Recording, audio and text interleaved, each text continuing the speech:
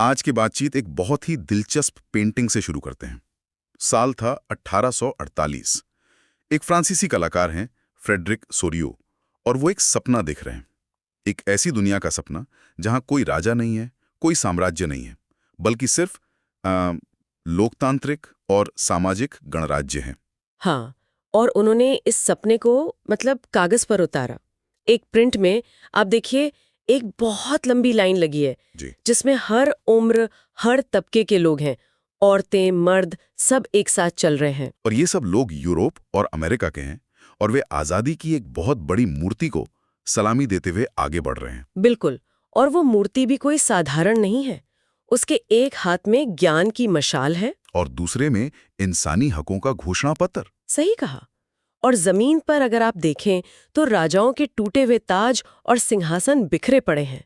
ये सिर्फ एक तस्वीर नहीं है, ये एक ऐलान है। सबसे हैरान करने वाली बात यह है कि इस सपने में दुनिया के लोग अलग अलग राष्ट्रों में बटे हुए हैं। जी। उनकी अपनी पहचान है, अपने झंडे, अपनी पोशाक। और यही वो चिंगारी थी, वो सोच थी जिसने 19वीं सदी में पूरे यूरोप में राष्ट्रवाद की आग लगा दी। तो आज हम इसी आइडिया की कहानी को समझने वाले हैं। ये राष्ट्र का आइडिया जो आज हमें इतना स्वाभाविक लगता है, ये आखिर पैदा कैसे हुआ? इसने राजशाही वाले साम्राज्यों को उखाड़कर राष्ट्र राज्यों को कैसे जन्म दिया? चलिए फ्रांसीसी क्रांति से शुरू करके जर्मनी और इटली के बनने तक के इस तूफानी सफर को समझते हैं। तो ये जो राष्ट्रवाद का आइडिया है, इसकी पहली साफ आवाज हमें कहाँ सुनाई देती है? मेरा ख्याल है 1789 की फ्रांसीसी क्रांति में। बिल्कुल। उससे पहले ज्यादातर लोग खुद को क्या समझते थे? किसी राजा की प्रजा। किसी जमींदार के किसान। एक देश का नागरिक होने का तो कोई मतलब ही नहीं था। आपने बहुत बड़ी बात कही। क्रांति ने जो सबसे बड़ा काम किया वो ये था कि उन्होंने सत्ता राजा के हाथ से छीनकर आम लोगों को, यानी फ्रांस के नागरिकों को दे दी। अच्छा। कह दिया कि अब से बॉस आप लोग हो, देश आप बनाओगे और अपनी किस्मत का फैसला भी आप ही करोगे। ये सोच में एक जबरदस्त बदलाव था। लेकिन ये कहना एक बात है और लाखों लोगों को महसूस कराना दूसरी। उन्होंने लोगों में ये हम सब एक हैं वाली भावना जगाई कैसे? उन्होंने कुछ बहुत ही स्मार्ट तरीके अपनाए। उन्होंने लोगों को एक नई सोच दी। कहा कि ये जमीन किसी राजा की नहीं, ये लाभपात्री है, हमारी पितृभूमि है। अच्छा। और तुम लोग प्रजा नहीं, ले सितोयो हो, यानी नागरिक हो, इस देश के बराबर के हिस्सेदार हो।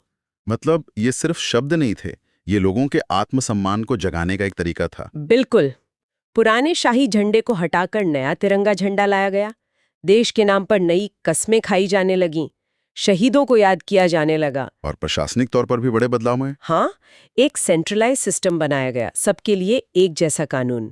शहर शहर में लगने वाले अलग अलग टैक्स हटा दिए गए और पूरे देश में नाप तौल का एक ही सिस्टम लागू कर दिया गया। और भाषा का भी तो बड़ा रोल रहा होगा। बहुत बड़ा। पेरिस में जो फ्रेंच बोली जाती थी उसे पूरे राष्ट्र की भाषा बना दिया गया। बाकी स्थानीय बोलियों को क्या कहते हैं, हतोत्साहित किया गया। मकसद साफ था, एक झंडा, एक कानून, एक भाषा। तभी तो एक राष्ट्र बनेगा। यहाँ एक दिलचस्प बात यह भी है कि फ्रांसीसी क्रांतिकारियों को लगता था कि उनका ये मिशन सिर्फ फ्रांस तक सीमित नहीं है। हाँ, वो खुद को आजादी का मसीहा समझते थे कि पूरे यूरोप को आजाद कराना उनकी जिम्मेदारी है। और जब उनकी सेनाएं हॉलैंड, बेल्जियम, स्विट्जरलैंड और इटली पहुंची तो वे अपने साथ राष्ट्रवाद का ये नया नवेला आइडिया भी ले गईं और शुरुआत में लोगों ने उनका स्वागत भी किया। और यही कहानी में एक जबरदस्त मोड़ आता है, नेपोलियन के रूप में। एक ऐसा इंसान जो क्रांति के लोकतंत्र वाले आइडिया को तो खत्म कर देता है, लेकिन उसके सुधार वाले आइडिया को और तेजी से फैलाता है। ये तो बड़ा विरोधाभास है। बिल्कुल। और यही नेपोलियन का सबसे बड़ा विरोधाभास है। उसने लोकतंत्र का गला घोंट दिया, लेकिन उसने एक ऐसी चीज बनाई जो आज भी दुनिया भर के कानूनों का आधार है, 1804 का नेपोलियन कोड। सोचिए, पहली बार ये कहा गया कि आप कौन हैं ये आपके जन्म से नहीं, कानून से तय होगा। कानून के सामने सब बराबर हैं। ये आज हमें बहुत सामान्य लगता है, पर उस वक्त ये एक धमाके जैसा था। और ये कोड सिर्फ फ्रांस में नहीं बल्कि जहां जहां उसकी सेनाएं गई वहां भी लागू हुआ। हाँ, Dutch republic, Switzerland, Italy, Germany, हर जगह उसने सामंती व्यवस्था को खत्म किया, किसानों को कर्ज और गुलामी से आजाद किया। अच्छा। शहरों में कारीगरों के संघों यानी गिल्ड्स की पाबंदियां हटा दी, ट्रांसपोर्ट और कम्युनिकेशन को सुधारा गया। सबको लगा कि चलो अब आज़ादी आई। तो जाहिर है शुरुआत में तो लोग फ्रांसीसी सेनाओं को मसीहा ही समझ रहे होंगे। बिल्कुल, हॉलैंड से लेकर वॉर्सो तक हर जगह लोगों ने उनका स्वागत किया। लगा कि ये आज़ादी का तोहफा लेकर आए हैं। लेकिन ये खुशी ज्यादा दिन नहीं टिकी। ऐसा क्यों हुआ? जोश इतनी जल्दी दुश्मनी में कैसे बदल गया? क्योंकि लोगों को जल्दी ही समझ आ गया कि ये प्रशासनिक सुधार तो ठीक है, लेकिन राजनीतिक आज़ादी तो मिल ही नहीं रही। ओह, उल्टे टैक्स बढ़ा दिए गए, प्रेस पर सेंसरशिप लगा दी गई, और सबसे बुरी बात, क्या? लोगों को जबरदस्ती फ्रांसीसी सेना में भर्ती किया जाने लगा ताकि बाकी यूरोप को जीता जा सके। आज़ादी का सपना एक विदेशी कब्जे की हकीकत में बदल चुका था। तो 1815 में जब वाटरलू में नेपोलियन की हार हुई तो यूरोप के पुराने राजा महाराजाओं को मौका मिल गया। उन्होंने सोचा चलो इस क्रांति वाले जिन को वापस बोतल में बंद करते हैं। सही पकड़ा आपने। ब्रिटेन, रूस, प्रशिया और ऑस्ट्रिया जिन्होंने मिलकर नेपोलियन को हराया था, वो वियना में मिले। उनका एक ही मकसद था, घड़ी की सुइयों को पीछे घुमाना। मतलब जिन जिन राजघरानों को नेपोलियन ने हटाया था उन्हें वापस गद्दी पर बैठाया गया। हाँ, और फ्रांस दोबारा अपनी हदें ना पार करे, इसके लिए उसकी सीमाओं पर नए राज्य बना दिए गए। और ये जो नई रूढ़िवादी सरकारें बनी, ये बहुत ज्यादा तानाशाही थीं। इन्हें जरा सी भी आलोचना पसंद नहीं थी। बिल्कुल, अखबारों और किताबों पर कड़े सेंसरशिप कानून लगा दिए गए। और जब आप विचारों को दबाते हैं तो वो और ज्यादा तेजी से फैलते हैं, बस जमीन के नीचे। और इसी दमन के जवाब में उदार राष्ट्रवाद का आइडिया पनपा। पढ़े लिखे मिडिल क्लास के लोगों के लिए इसका मतलब था व्यक्ति की आज़ादी और कानून के सामने सबकी बराबरी। अच्छा, तो राजनीतिक आजादी तो समझ आती है, लेकिन ये लोग बाजारों की मुक्ति की बात क्यों कर रहे थे? मतलब बिजनेस और राष्ट्रवाद का क्या लेना देना? लेना देना था, और बहुत गहरा था। उस समय का जर्मनी 39 छोटे छोटे राज्यों का एक झुंड था। हर राज्य की अपनी करेंसी, अपने नापतोल के तरीके। हाँ, सोचिए, एक व्यापारी को हैम्बर्ग से न्यूरेमबर्ग अपना सामान ले जाना है तो उसे 11 कस्टम बैरियर पार करने पड़ते थे, और हर बार 5% टैक्स देना पड़ता था। 11 कस्टम चेक, बाप रे। आज अगर हमें एक शहर से दूसरे शहर जाने में 2 टोल नाकों पर रुकना पड़ जाए तो हम परेशान हो जाते हैं। 11 बार टैक्स देना तो पागलपन है। बिल्कुल, व्यापार के लिए ये एक बुरे सपने जैसा था। इसी समस्या को सुलझाने के लिए 1834 में प्रशिया की पहल पर एक कस्टम यूनियन बनी, जिसे ज़ोल्वेराइन कहा गया। अच्छा, इसमें ज्यादातर टैक्स बैरियर हटा दिए और करेंसी की संख्या 30 से घटाकर सिर्फ 2 कर दी। रेलवे के आने से ये जुड़ाव और भी मजबूत हो गया। तो लोगों को समझ आने लगा कि एक आर्थिक रूप से जुड़ा हुआ राष्ट्र ही तरक्की कर सकता है। सही। लेकिन सरकारें तो इन विचारों के सख्त खिलाफ थी। तो इन उदार राष्ट्रवादियों ने अपना काम कैसे किया? उन्होंने गुप्त संगठन यानी सीक्रेट सोसाइटीज बनानी शुरू कर दी, और इन्हीं में से एक था इटली का नौजवान क्रांतिकारी ग्यूसेप मैज़ीनी। मैज़ीनी, ये नाम तो इतिहास में बहुत बड़ा है। बहुत बड़ा। वो एक जुनूनी इंसान था। उसने यंग इटली और यंग यूरोप जैसे संगठन बनाए।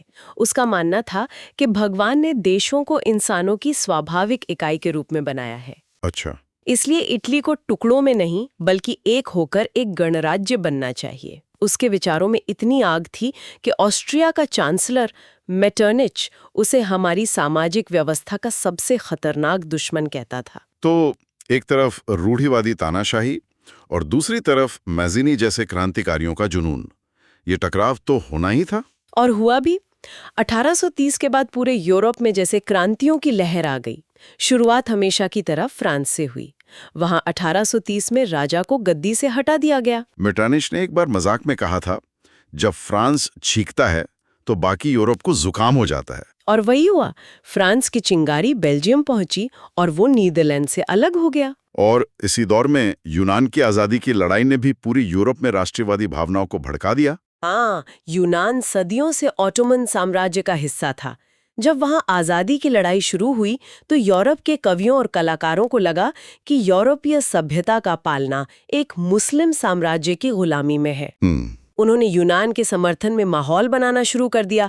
मशहूर अंग्रेज कवि लॉर्ड बायरन को पैसे इकट्ठे करके खुद लड़ने चले गए। अरे वाह! जहां बुखार से उनकी मौत हो गई। आखिरकार 1832 में यूनान को एक आजाद देश मान लिया गया। और जैसा कि आपने शुरू में कहा था, ये कहानी सिर्फ लड़ाइयों और संधियों की नहीं है, संस्कृति, कला, संगीत, इन सब ने भी लोगों को जोड़ने में बहुत बड़ा काम किया। आपने बिल्कुल सही नब्ज पकड़ी। रोमांटिकवाद नाम के एक सांस्कृतिक आंदोलन चला। इन लोगों का मानना था कि राष्ट्र की सच्ची आत्मा तर्क या विज्ञान में नहीं, बल्कि लोगों की भावनाओं, लोक कथाओं और लोक गीतों में बसती है। अरे, तो क्या ग्रिम बंधुओं की मशहूर परियों की कहानियां भी इसी का हिस्सा थीं? मतलब जो कहानियां हम बचपन में सुनते थे, वो एक राजनीतिक प्रोजेक्ट का हिस्सा थी। बिल्कुल। जैकब और विल्हेम ग्रिम सिर्फ कहानियां इकट्ठा नहीं कर रहे थे, वो मानते थे कि इन लोक कथाओं में जर्मन राष्ट्र की सच्ची आत्मा, जिसे वो फोक्सकाइस्ट कहते थे, छिपी हुई है। अच्छा। वो इसे फ्रांसीसी संस्कृति के दबदबे के खिलाफ एक हथियार के तौर पर देख रहे थे। इसी तरह जब रूस ने पोलैंड पर कब्जा करके स्कूलों से पोलिश भाषा हटा दी, तो वहां के पादरियों ने चर्च में पोलिश भाषा का इस्तेमाल करके अपना विरोध जताया। मतलब भाषा प्रतिरोध का प्रतीक बन गई। हाँ, तो एक तरफ संस्कृति से राष्ट्रवाद की आग फैलाई जा रही थी, लेकिन लोगों का पेट तो खाली था। हाँ, और जब भूख और बेरोजगारी हद से ज्यादा बढ़ जाती है, तब क्या होता है? वही हुआ जो 1848 में हुआ। पूरे यूरोप में जैसे एक साथ विस्फोट हो गया। खाने की कमी और बेरोजगारी ने पेरिस के लोगों को सड़कों पर ला दिया। जर्मनी, इटली, पोलैंड, हर जगह उदारवादी मिडिल क्लास ने संविधान और राष्ट्रीय एकता की मांग को लेकर विद्रोह कर दिया। और जर्मनी के फ्रैंकफर्ट में तो एक संसद भी बना ली गई थी। हाँ, लेकिन राजा और सेना ने मिलकर इस क्रांति को बेरहमी से कुचल दिया। 1848 की क्रांति के नाकाम होने के बाद ऐसा लगता है कि राष्ट्रवाद का जो किरदार था, वही बदल गया। जो आइडिया उदारवादियों और क्रांतिकारियों ने शुरू किया था, अब वो रूढ़िवादी ताकतों के हाथ लग गया। ये कहानी का सबसे बड़ा ट्विस्ट था। रूढ़िवादी राजाओं और नेताओं को समझ आ गया कि इस राष्ट्रवादी भावना को दबाने से बेहतर है इसे अपने फायदे के लिए इस्तेमाल किया जाए। अच्छा। उन्होंने राज्य को मजबूत करने और अपना दबदबा कायम करने के लिए राष्ट्रवाद का चोला पहन लिया। इसके सबसे बड़े उदाहरण है जर्मनी और इटली का एकीकरण। जर्मनी की बात करते हैं। उदारवादियों की कोशिश तो फेल हो गई थी, तो फिर ये एकीकरण हुआ कैसे? इसकी कमान संभाली प्रशिया ने और उसके चालाक मुख्यमंत्री ऑटो वॉन बिस्मार्क ने। बिस्मार्क? हाँ, बिस्मार्क को लोकतंत्र या भाषणों में कोई भरोसा नहीं था। उसका मानना था कि देश का भविष्य लौ और रक्त से तय होगा, यानी सेना और युद्ध से। और उसने यही किया भी? बिल्कुल। 7 साल के अंदर उसने 3 बड़ी लड़ाइयां लड़ी, ऑस्ट्रिया, डेनमार्क और फ्रांस के साथ। तीनों में प्रशिया को जबरदस्त जीत मिली और जर्मनी के एकीकरण का रास्ता साफ हो गया। और फिर जनवरी 1871 में पेरिस के पास वर्साई के शीश महल में प्रशिया के राजा विलियम प्रथम को संयुक्त जर्मनी का सम्राट घोषित किया गया। सही। और इटली की कहानी भी कुछ ऐसी बिखरी हुई थी। हाँ, इटली भी 7 राज्यों में बटा हुआ था। मेज़ीनी की क्रांतिकारी कोशिशें नाकाम हो चुकी थीं। अब जिम्मेदारी आई सार्डिनिया पिडमोंट के राजा विक्टर एमानुएल द्वितीय पर। उनके मुख्यमंत्री कावूर, जो बिस्मार्क के तरह ही एक चतुर राजनेता थे, उन्होंने फ्रांस से दोस्ती करके ऑस्ट्रिया को हराया। और इसमें उस मशहूर योद्धा ग्यूसेप गैरीबाल्डी का क्या रोल था? गैरीबाल्डी ने अपने हजारों स्वयंसेवकों, जिन्हें रेड शर्ट्स कहा जाता था, के साथ दक्षिणी इटली पर हमला कर दिया और वहां के स्थानीय किसानों की मदद से स्पेनिश शासकों को भगा दिया। यहाँ वो मजेदार किस्सा भी तो है। कहते हैं कि जिन किसानों ने गैरीबाल्डी का साथ दिया, उन्हें राष्ट्रवाद के बारे में कुछ पता ही नहीं था। ये बिल्कुल सच है और बहुत दिलचस्प भी। उस इलाके में ज्यादातर लोग अनपढ़ थे। उन्होंने कभी इटालिया शब्द सुना ही नहीं था। जब गैरीबाल्डी के सैनिक वीवा इटालिया यानी इटली जिंदाबाद के नारे लगाते थे, तो उन किसानों को लगता था कि ला तालिया राजा विक्टर एमानुएल की पत्नी का नाम है और वे अपनी रानी को बचाने के लिए लड़ रहे हैं। कमाल है। मतलब वो एक ऐसे आइडिया के लिए लड़ रहे थे जिसके बारे में उन्हें पता तक नहीं था। खैर, आखिरकार 1861 में विक्टर एमानुएल द्वितीय को एक संयुक्त इटली का राजा बना दिया गया। एक सवाल मेरे मन में आ रहा है, राष्ट्र तो एक सोच है, एक भावना है, इसे कोई चेहरा कैसे दिया जा सकता है? लाखों लोगों को कैसे महसूस कराया जाए कि वो एक है? ये एक बहुत बड़ी मनोवैज्ञानिक चुनौती थी और इसका जवाब कलाकारों ने निकाला। उन्होंने राष्ट्र का मानवीकरण किया, यानी देश को एक इंसान के रूप में दिखाया, और लगभग हमेशा ये इंसान एक औरत होती थी। जैसे फ्रांस में मैरियान। बिल्कुल। मैरियान एक आम ईसाई नाम था जिसे आज़ादी और गणतंत्र के प्रतीक के रूप में चुना गया। लाल टोपी, तिरंगा, ये उसकी पहचान बन गए। मैरियान की मूर्तियां चौराहों पर लगाई गईं, उसकी तस्वीरें सिक्कों और डाक टिकटों पर छापी गईं। ताकि वो लोगों की रोजमर्रा की जिंदगी का हिस्सा बन जाए। सही, उन्हें रोज याद दिलाएं कि वो एक राष्ट्र का हिस्सा हैं। और जर्मनी के लिए जर्मेनिया थी। सही, जर्मेनिया जर्मन राष्ट्र का प्रतीक बन गई। वो ओक यानी बलूत के पत्तों का मुकुट पहनती है क्योंकि जर्मन ओक को वीरता का प्रतीक माना जाता है। तो इस तरह इन महिला प्रतीकों ने एक अमूर्त विचार को एक ठोस पहचाने योग्य चेहरा दे दिया। बिल्कुल। तो कुल मिलाकर 19वीं सदी में यूरोप ने एक बहुत लंबा और तूफानी सफर तय किया। फ्रेडरिक सोर्यू के एक आदर्शवादी सपने से शुरू होकर यह कहानी राष्ट्र राज्यों की एक जटिल और अक्सर हिंसक हकीकत पर आकर खत्म हुई। लेकिन कहानी यहाँ भी खत्म नहीं हुई। सदी के अंत तक आते आते राष्ट्रवाद का वो उदारवादी और लोकतांत्रिक चेहरा पूरी तरह बदल चुका था। अब ये एक संकीर्ण और आक्रामक विचारधारा बन गया था। राष्ट्रवादी समूह एक दूसरे से नफरत करने लगे और हर कोई अपने देश को दूसरे से बेहतर साबित करने में जुट गया। और ये साम्राज्यवाद से जाके जुड़ गया। बिल्कुल। जिसका सबसे खतरनाक नतीजा हमें बाल्कन क्षेत्र में देखने को मिला। हाँ, बाल्कन का इलाका उस समय का बारूद का ढेर था, जहां राष्ट्रवादी तनाव चरम पर था और यूरोप की बड़ी ताकतें रूस, जर्मनी, इंग्लैंड, ऑस्ट्रो-हंगरी इस आग में घी डालने का काम कर रही थीं। हर कोई अपना दबदबा बढ़ाना चाहता था। और इसी खींचतान का नतीजा था पहला विश्व युद्ध। सही। आज दुनिया को राष्ट्र राज्यों में बटा हुआ देखना हमें बहुत सामान्य और जरूरी लगता है, लेकिन इन स्रोतों से ये साफ है कि ये कोई कुदरती चीज नहीं है। इसे संघर्ष, विचारों, क्रांतियों और यहाँ तक कि चालाकी से गढ़ा गया है। और ये आज के लिए एक बहुत जरूरी सवाल खड़ा करता है। राष्ट्रीय पहचान के ये 19वीं सदी के आइडिया आज 21वीं सदी में हमारी दुनिया, हमारी राजनीति और हमारी हम और वो की भावना को किस तरह से चला रहे हैं।